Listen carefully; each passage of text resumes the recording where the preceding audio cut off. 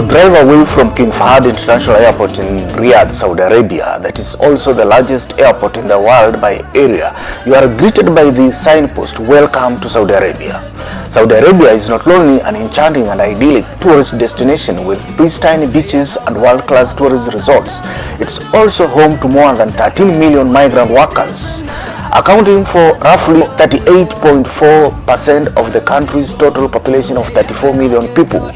The country is set to receive more than 20,000 Kenyans who are being employed by Marai through a local foreign migrant workers recruitment agency called Competitive Manpower International Ltd.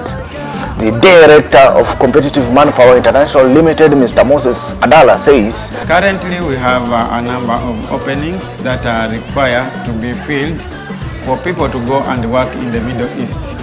For instance, we have maintenance operators, we have forklift operators, we have lead loaders, we have gardeners, we have desk machine operators, we have cooks, we have electricians, we have nurses, we have biosecurity officers, we have gardeners, we have drivers, we have avionic, we have salesmen, we have salesman assistant, we have cabin technician, we have AC technician, we have structure technician, we have avionic technician, we have aircraft painters, we have station site in charge, we have administrative assistants, we have auto care foremen.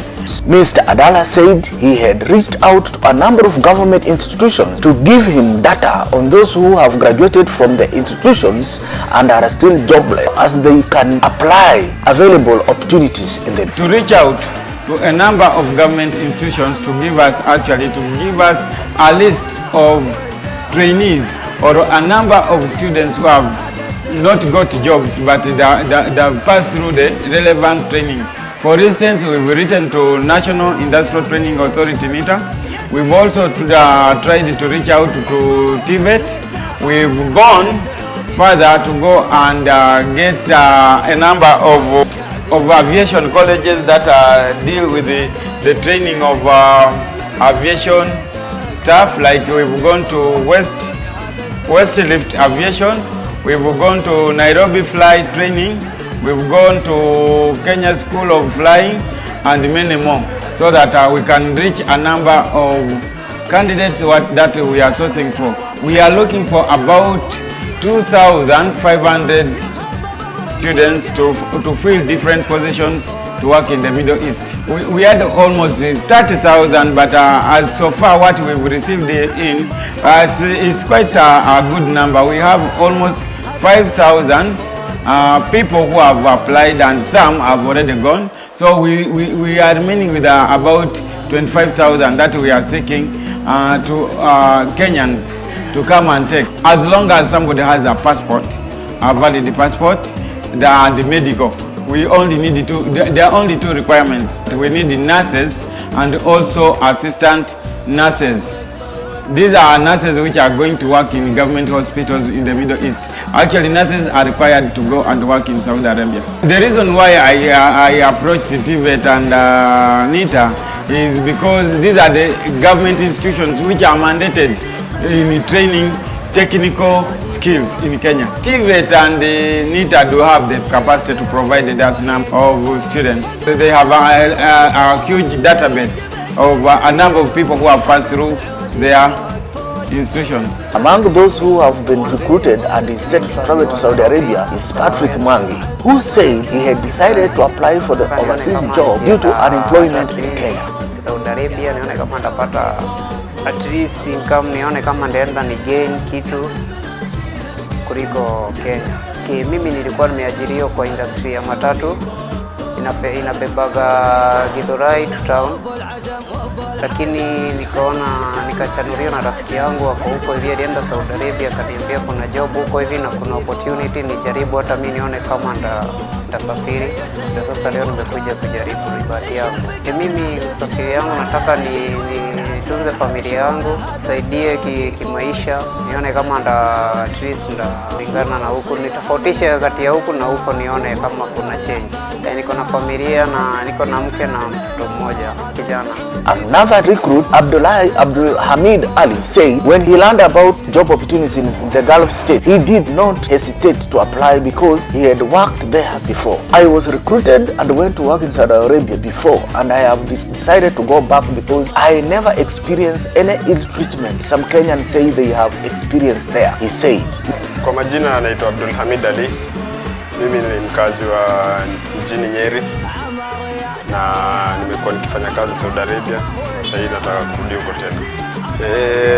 Kile ambacho kimenifanya nipende kurudi huko ni kwa sababu hapa Kenya maisha imekuwa ngumu, na nimekuwa nikifanya huko nimeona kuna very big difference ya hapa na huko. Huko at least naweza kujikimu kimaisha, naweza kusaidia familia yangu. Mimi niko na mke na watoto, na maisha hapa Kenya imekuwa ngumu sana, so decide na tumekubaliana pia na wife na watu na wazazi pia tukakubaliana nao naweza rudi huko ndio at least niwasaidie kimaisha. Kule ajira, kupata kazi kule ni yani kazi kule sio kutafuta, ni kazi na kutafuta kwanza, na alafu haina shida ya malipo. Unaweza jisaidia kimaisha, unaweza saidia familia yako, watoto. Naona huko ni better than here in Kenya. Unajua ukienda kule unaenda kufanya kazi, so ukienda kufikiria unaenda kustarehe kule, unaenda unakuta kazi ni unafanya kazi yani kama wanawake unafanya kazi kama 12 to 16 hours. Utaona kama ni unateswa. Na kwa kweli ukitoka nyumbani ulikwenda kufanya kazi, ina depend na okay, unajua kule pia watu wa kule ni kama tu hapa Kenya. Ina depend na ule mtu mnakutana naye, na ni wewe mwenyewe ambavyo vile utamuonesha vile ambavyo mnataka muishi. Ukimuonesha unataka kumuishi kiwadui, mtaishi kiwadui. Ukimuonesha mnataka muishi kiurafiki, mtaishi kiurafiki. Okay, unajua wale watu ukishafika kule, akianza kuku-approach wewe kama mwanamke, ukikubaliana naye atatake advantage of you, na ni mtu ako na familia, na labda mke wake akishaelewa mtakosana na ataanza kukumistreat obviously. Lakini ukimuonesha hapana, ni binadamu tu kama sisi, na ukimuonesha hapana, mimi wewe uko na familia yako bana na mimi niko na familia yangu na siwezi fanya hivyo, ataachana na wewe tu. Wawe na nidhamu na uwe na msimamo. Dada zangu wa Kenya ningewaomba mkishafika kule Saudi Arabia, kama ni Saudi Arabia unaenda ama nchi yoyote, ukifika kule wewe fuata kazi ile ambayo imekupeleka, uwe na msimamo. Hata ukishawishiwa vipi usikubali. Kitu cha pili, ukishafika kwa tajiri yako, stick kwa tajiri yako, kwa sababu kuna wengine wanaenda kule, mtu anatoroka kwa tajiri yake anaenda kufanya kazi nje.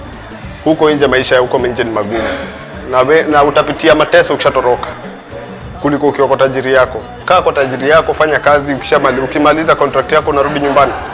Kwa majina naitwa Clement Mugambi, na hii ndio mara yangu ya kwanza kwenda Saudi Arabia.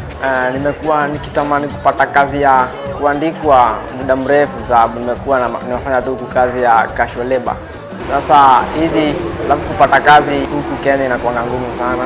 Sasa ndo mimi nimeona nijaribu nipate hii Saudi Arabia, change maisha yangu. Nilikuwa nafanya kazi industrial ya kutengeneza plastics muda wa miaka 3. Hiyo ikaenda hivyo ikaisha. Sasa nimeona jaribu pale pengine ile nataka sasa jaribu Saudi Arabia. Hii ndio mara yangu ya kwanza. Nina furaha sababu hii ni mara yangu ya kwanza nilitoka Kenya, na alafu nilikuwa nimeshikitamani kutoka tu nje. Sasa hii ndio opportunity yangu ya kwanza, na ndaichukua ile itakuja. Na nilikuwa nataka ni kazi. Na kazi mimi nafanyanga kazi mimi upiga. Naenda technical helper. Hiyo naenda kufanya. Hiyo niko sure hiyo naweza fanya sababu nimeishi kuifanya hata huku. Naambia tu wajaribu hizi nchi za nje, si wasikae idle, atukae tu huku na fanya tu alifu. Jitume, naomba nikujituma. Ukifika ukienda kwenye uende kama ni kazi. Usiende kufanya shughuli zingine haziwezi kujenga kimaisha. Mr. Kitiva Musyoka, who said he was a trained veterinary assistant, decided to take up the job of a cleaner there due to lack of employment. I was employed by the county government of Embu on contract, but after my contract expired, I have been jobless since then, and that is why I have decided to go and try my luck in Saudi Arabia, he noted. Ni Christopher Mutwa Musyoka, natoka mpande ya Machakos, naenda huko Saudia, shughuli za kazi, naenda kama cleaner. Story yangu ni nilianza kuapply kazi kitambo, na wakati huo ndio nilikuja nikapata nafasi ya kwenda huko. Hiyo sio kazi nimesomea, hiyo nimeenda nayo. Kazi nimesomea ni ya veterinary. Hiyo ndio kazi yangu nilisomea, lakini hiyo chance yenyewe nilipata ni ya hiyo cleaner. Na wazibague kazi. Mtu kama mimi yenyewe nimesoma sana. Nimesomea hiyo kazi ya veterinary. Hiyo ndio veterinary. Veterinary. Ama veterinary officer. Hiyo ndio nimesomea, lakini chance yenyewe ilipatikana ni ya cleaner. Kwa hivyo na washauri mtu asikae akingojea kazi yenye amesomea haifanye.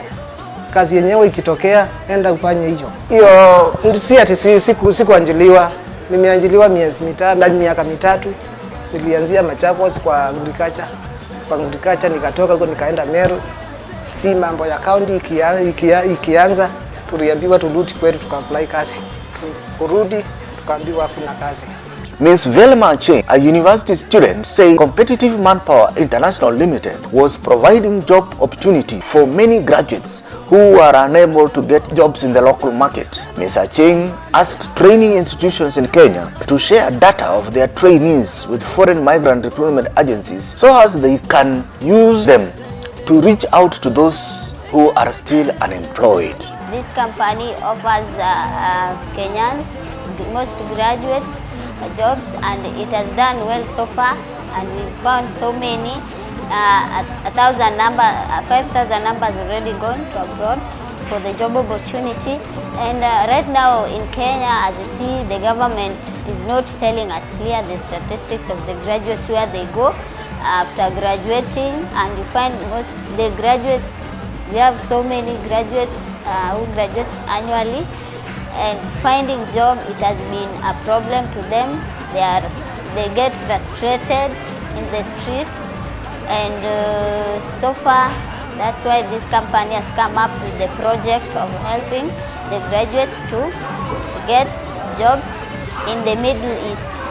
For those for our fellow graduates who are already there, what I would like to tell them to just take good care of themselves, always be disciplined. Mr. Adala said, apart from Marai, which is recruiting 10,000 workers, they had also been contracted by NADA of United Arab Emirates, which requires 3,000 workers, and AYTB of Damar, Kuwait, that requires the balance. Mr. Adala said the offers from the Gulf states were a great opportunity to help Kenyans who lost their jobs due to the impacts of COVID-19 pandemic to start earning a living and assist their families. Actually, we have a number of people who lost their jobs during COVID, and we think that after COVID, since the other side, actually in the Middle East or in the Gulf regions, we have opportunities. We are encouraging the youth to come in large numbers to take up the opportunity so that they mitigate what had affected them so much during the pandemic. Of the Red Sea, you can also cross the largest palm oasis in the world, growing more than 2.5 million palm trees. All of this exciting experience and more await you in a country ranked third in the world in terms of safety. Get ready to be part of the largest international events inside the most prominent cities of Saudi Arabia. Set out to discover the unique charm of Saudi generosity and heartfelt hospitality. And as Kenyan workers take up the job opportunities being offered in Saudi Arabia and other Gulf states, they also get a chance to enjoy the country's pristine beaches, the magical wonders of the corals and marine life of the Red Sea, cross the largest palm oasis in the world, or just sit back and marvel at the architectural masterpieces that dot the country. While in Saudi Arabia, you can also feast on the distinctly delicious traditional foods, witness the most mesmerizing iconic architectural masterpieces, and discover the enchanting world of Oriental scents. In Saudi, you will find a mixture of global diversity that has emerged from this cradle of human civilization, and you can also explore the rock inscriptions and architectural cities dating back to more than 1,000 years. Saudi is a proud home of several heritage sites registered in the UNESCO World Heritage List. Thousands of people were rendered jobless following the outbreak of the COVID-19 virus in Kenya. This is after governments around the world introduced a raft of health protocols to curb the spread of the disease caused by the coronavirus. These measures included curfews, lockdowns, closure of business premises, social distancing, working from home, salary cuts, layoffs, and redundancies. The unemployment rate in Kenya increased to 6.6% in the first quarter of 2021 against 5.4% in the previous quarter.